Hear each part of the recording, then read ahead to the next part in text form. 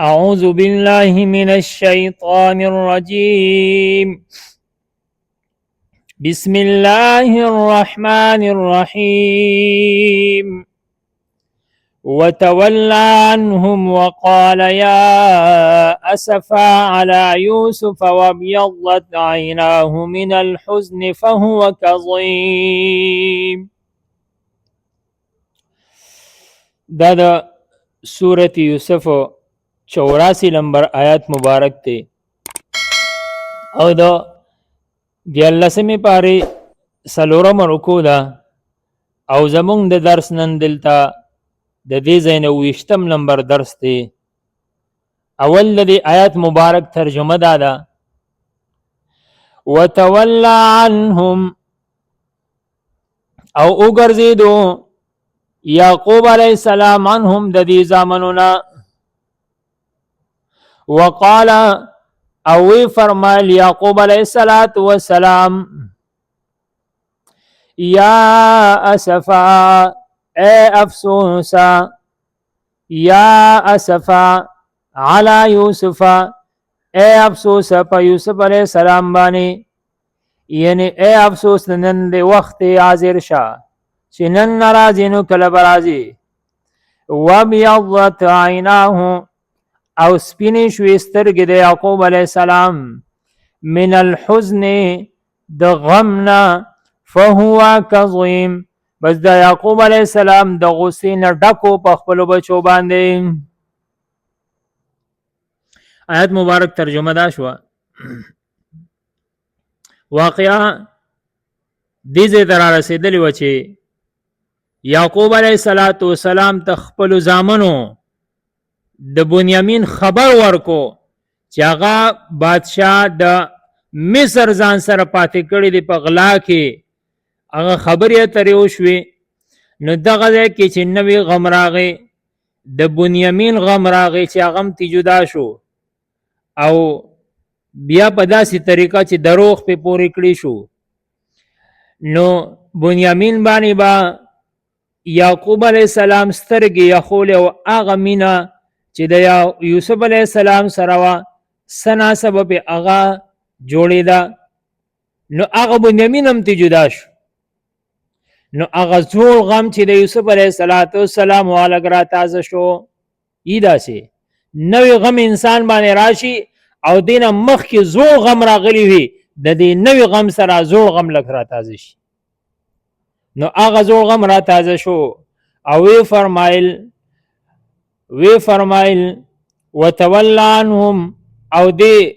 وګرځېدو عنهم د خپل زامنو نه وقال وی فرمایل یا اسفا ہے افسوس ہائے افسوس علی یوسف علیہ السلام یعنی یوسف علیہ السلام په جدای باندې افسوس ته خپش. اوس د روایتو کې دا راځي چې اتیا کال بعد قتاده صاحب نه دا روایت دی اتیا کالو کې دومره صبر کړو د صبر نه ډک د چا په مخ کې نه جړلی دي او نه چې کمنو شکایات کړي دي نه جزع او فزع کړي دي نه بے صبری کړي دا او دون وخت بعد چې غم ولګ آیات شو نو دغه دی کې وی افسوس صرف دا ټکی د خلی نه بس. اوس د غم وخت کې زمون امت باندې الله تبارک وتعالى احسان کړی دی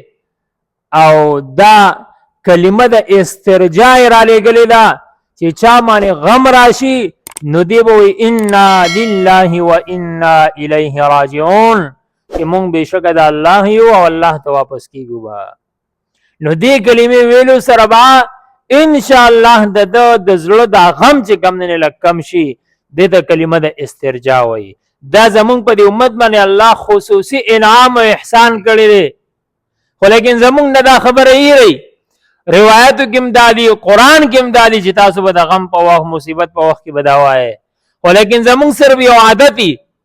مونږ باندې که خپل غم راشي پلار او مور او بچی او رور او سو فصلونه او یو مصیبت او بل مصیبت ځان له بذات راشي زمونږ نه دا کلمې ایري مونږ بیا چغې وو مونږ یو خوا بل خوا منډې وو او که د بل مسلمان غم چې کم نه وورو نو بیا صرف وایو انا لله و انا الیه راجعون. د بل دپاره وایو،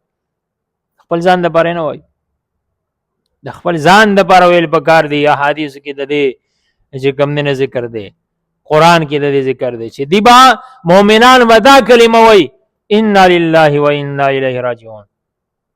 دې سره به الله تبارک وتعالی دا غم چې کم نه کی دفع کی لگ آسانی به الله راولي. الله ته به رجوع کی، میلان به کی، الله ته به توجه کی، الله به تم توجه کی، دا غم به چې کم نه لگ کم کی. او باقی دا خبره چې آیا په غم باندې خپل افسوس ظاهرول، خپل غم چې کم نه لگ ظاهرول چې د زړه دا غم د لگ کم شي نو دا جایز دي، څه مسله نشته. دلته د آیت مبارک هم دي چې وقال یا اسف علی یوسف، اے افسوس په یوسف علیہ السلام، یعنی خفګان دی. او د خفګان د وجنا وبیضت عیناه، سترګې سپینې شوې دي، یعنی دومره جړلې دي خو د خلکو په مخ کې نه، الله ته به جړل. هغه جدای او فراق باندې یعقوب علیہ السلام دومره موده چې کم نه جړل. نو دا جړه خیر دی، دا صرف د خفګان اظهار دی. او د دې زمونږ په شریعت کې جواز شته، احادیث مبارکو کې د دې ذکر راغلی دی. یو حدیث مبارک کې دا راځي چې نبی علیہ الصلوۃ والسلام چې کله ابراهیم بچي وفات شو نو په دای وخت کې نبی علیہ الصلوۃ والسلام جاړي، د سترګو نه اوښ کې بهیږي. د ابراهیم علیہ السلام د ابراهیم سے په پتلو باندې چې کم نه خپه دی، غمگین دی په جدای باندې. نو عبدالرحمن ابن عوف رضی اللہ تعالیٰ عنہ ته فرمای اے دا اللہ رسول تم جاړې؟ نبی علیہ الصلوۃ والسلام او فرمایل وای زړه نرم دی او سترګې جاړي. زړه نرم دی د خفګان د وجنا او سترګې جاړي، خو لیکن په جبه باندې مونږ هغه الفاظ نه وایو چې په هغې باندې رب زمونږ نه خفه شي. دا الفاظ زمونږ د خولې نه دي وتي چې الله دا دې ولې وکړه او دا ماشوم تا ولې زمونږ نه واغستو او دا ولې او زه دې لیدلې ما او دا نه دا نه. او په ځان باندې راکې ښودل او ګریوانونه شلول او په زل چغې وال په ځان سې چلونه کول دا نه دي، صرف جهاد ده. ځکه زړه دا درد کوي، زړه درد کوي. هغه وای زما سینه کې داسې غم دی چې ویلې نشم، زما سینه کې داسې غم دی چې ویلې نشم، او سترګو کې داسې نم دی چې خوب ترې کولی نشم. نو معنا دا ده چې زړه د غم د لاسه ډک دی، د هغې د وجې نه کو سترګې لګي اوښکې وبهیي په فراق او په جدایۍ او په غم باندې، نه داسې ګناه نه ده، خو لیکن صرف ځان باندې بس چلونه نه کوي. نو یو روایت کې دا راځي، بل روایت کې دا راځي د نبی علیہ الصلوۃ والسلام نوسی وفات کیږي، نبی علیہ الصلوۃ والسلام جاړي، اوښکې د سترګو نه بهیږي په فراق او په جدایۍ د خپل نوسی باندې. نو سعد رضی الله تعالی عنہ ته فرمایي اے دا الله رسول تم جاړي؟ نبی علیہ الصلوۃ والسلام فرمایل دا جړه د سترګو اوښکې بهیدل دا د زړه رقت او نرموالی دی، او الله تبارک وتعالی دا نرموالی د بندگانو په زړه کې ایښی دی. دا رحم دی، دا د رحم دل خلکو په زړه کې. او څوک چې داسې رحم کوي د الله په مخلوق باندې، نو الله په دغه رحم دل خلکو باندې بیا رحم کوي. د چا زړه کې رحمي نو معنا دا ده که یو سړی دا غواړي چې ما باندې د الله رحم وکړي، دی به د خپل زړه نه په بل مسلمان باندې رحم کوي، په مخلوق باندې به رحم کوي، نه الله به بیا د باندې الله رحم کوي. دا یو رحم دی چې الله یې خېري د مسلمانو د بنده په زړه کې. نو دی وجې نه د دې پورې اجازت شته. غم په وخت کې به کلمه د استرجاع ووایه که جاړې نه څه مسله نشته، خو که ګریوانونه شلی څنګه چې زمونږ د پښتنو یا د مسلمانانو چې کوم نه عادت ته دا د جاهلیت یو رسم دی. عبد الله ابن مسعود رضی الله تعالی عنہ روایت دی نبی علیہ الصلوۃ والسلام فرمای چې کم خلق د غم په وخت کې مخ وهي خپل گریوانو نشلای نو دا او د جاهلیت چغي وای نبی علیہ السلام فرمای دا سړی زمونږ نه دی،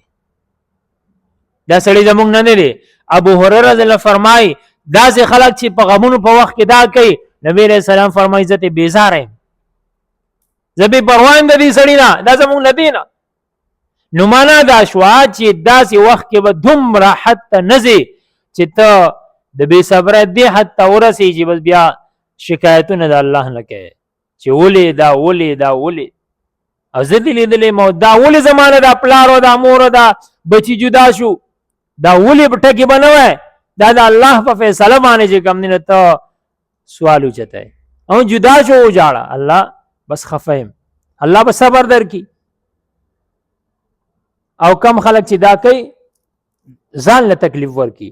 ګوره تاسو د غمونو کې بس په ځان برا کیږي ځان له وختو باسي گریوان به شو کوي او د خلکو میاس کې برا ورزيږي سړی او که خزي او بیا خاص کر دا سړی نه دی دغه خدا مصیبت ته صرف ایکټینګ کوي خالی یا خپه یا نه دی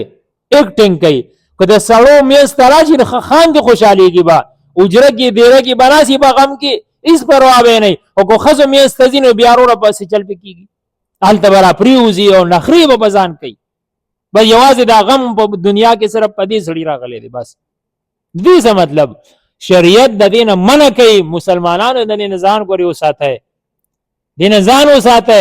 غم راغی خولي طریقې سره جړه خولي طریقې سره خپل چې کوم نه اظهار د خپل غم انبیاوم کړي دي مسلمانانو مؤمنانو کړي دي تم کوا ولیکن د حد نه تیروزه ما ګړې وړې مو چې دومره چیغې وې چې بیا د ماښام مړی چې کم نه ناستئ دومره چیغې وې چې مړی پروت دی ته چې کم نه نور ځان نه مړی جوړ کړي خلک چې کم نه ستا په غم کې ګرځي کله ډاکټر راوړی ستنې ولوه کله به دمونه اچوه کله پې اوبه اچوه کله ګریوانونه او دا زنانه به ځان سجلونو کې ویښته به ځان نه وباسي ببر به کي ګریوانونه به وشلی بې حجابه به کي ځان په ځان به یو حلقې راولي دا چې کم نه دي په کار کټ په نیولې کلک او چې بیا لک ساعت بعد چې کټ اوزي نو بیا په رجوم ورشي او په خیراتونو ورشي بیا دوه ورځې بس بیا تش خنداګانی بیا مړی دي. نو معنا دا شو چې دا سه تش هغه دکلاوه ده تش هغه ایکټینګ دی تش هغه شیطانی ده بس نو د دې نه ځان وساته زموږ شریعت کې د دې اجازه نشته. الله تبارک وتعالى په داسې خلکو باندې لعنت لګي نبی علیہ السلام د داسې خلکو نه بیزاری اختیاري نبی علیہ السلام فرمای زمونږ د ډلې نه دا لري کیږي دا د جاهلیت کارونه دي دا منه کوي. مسلمان به په خپل طریقې سره غم وکا او ځان له تکلیف مور کوا غم وکا بل چاله تکلیف مور کوا نو د دې اجازه شته قران کې امدادي احادیث کې امدادي ذکر دي. نو دا وای وقال یا سفال ته خدا کلمه د استرجاع نو افسوس اظهار وکړو نو مسلمان با د کلمه د استرجاع وای او چې کله د غم په موقع باندې دا وای چې انا لله و انا الیه راجعون بشک مونږ د الله یو انا لله بشک مونږ د الله یو. نو که زمانه نن بچی لاړو زمانه پلار جدا شو زمانه مور جدا شو زمانه بیبي جدا شو زمانه یو دوست جدا شو زمانه لا فصل خراب شو زمانه مثال نور مصیبت راغی اجتماعي مصیبت راغی انفرادي راغی دا شیزونو سره زما یو نسبت او یو تعلق زما په اختیار کې مجازي وو لکه دا زمانہ جدا شو دا نسبتونه دا غمونه رالو نو ان لله معنا دا شو چې زه د الله ما مونږ د الله یو مونږ په ځان کې اختیار نشتا کله دغه شیزونو په ځبانه په ما دا غم راغلی وي ما بس کړی که زما پلار نه مړ زمړوي زما دا بچی نه مړ زه خوګوي مړوي ما په ځان کې څه کولی شو نو چې زما په ځان کې اختیار نشته نو چې د کم شي زما سره نسبت لګي پای کې زما سره اختیاري چې ما ځان کې اختیار نشته بچي به منې کم زما ځان کې اختیار نشته پلار به منې کم زما ځان کې اختیار نشته خپل فصل بچي کم نه بچ کم چې الله نه غوښتي نو معنا دا شو چې مونږ د الله یو مونږ ځان کې اختیار نشته و انا الیه راجعون او بهشکه مونږ الله ته واپس کیږو با که زمانه بچی نن لاړو پلار لاړو مور لاړو مونږ هم روان یو هغه د الله او د الله امانت او الله واغستنه زم روان یو نو په دې خبرو کې چې ته سوچ وکې نو بس بیا به ستا غم چې کوم نه لغوس شي لږ غم کې به دې کمې راشي الله به سره امداد وکړي ځکه الله ته آواز وکړو نو دا وایه نو وابیضت عیناه سپینې شوې سترګې د یعقوب علیه السلام من الحزن د غم نه فهو کظیم بس دا یعقوب علیه السلام د غم نه ډکو د غصې نه ډکو په خپلو بچو ته غوسه خو لیکن خپل غصه د خپل بچو ته نه ښکاره کوله خپل بچو سره هغه شان مینه کوله او دا نه وی چې بس زما هر یو شي ښکاره شي خلکو ته چې او دیم لا دونه خپه دي نه بس الله ته ځان ښکاره کوو ځکه په انبیاء باندې امتحانات راځي نبی علیہ السلام فرمای نحن معاشر الانبیاء اشد بلاء ثم الامثل فالامثل وی مونږ دله د انبیاء دا په تکلیفونو کې ډیر سخت یو مونږ باندې تکلیفونه ډیر راځي ثم الامثل فالامثل بیا انبیاء پس چې کمی درجه کې عام بندگان دي ورپسې په لمبر باندې د هغې درجې مناسبت سره د هغې سړي باندې په مسلمانو بنده باندې امتحان راځي څومره چې د هغه ایمان قوي دی څومره هغه الله ته نږدې دی انبیاء الله ته ډېر نږدې وو باندې باندې ډېر امتحانات وو دې ځای پورې زموږ دا درس 20م درس دا اختتام ته رسي بیا به انشاءالله وایو چې مخې ته بچی د دغه افسوس د اظهار نه باسه جواب ورکي او بیا یعقوب علیه السلام خپل بچی واپس عزیز مصر ته څنګه واپس لیږي په کومه طریقې سره هغه سره څنګه ملاقات کیږي او واقعیا مخې ته پاتې ده انشاءالله آینده درسونه کې به د دې سټپ بای سټپ درس بای درس چې کوم نه بیان کوو واخر دعوانا ان الحمد لله رب العالمین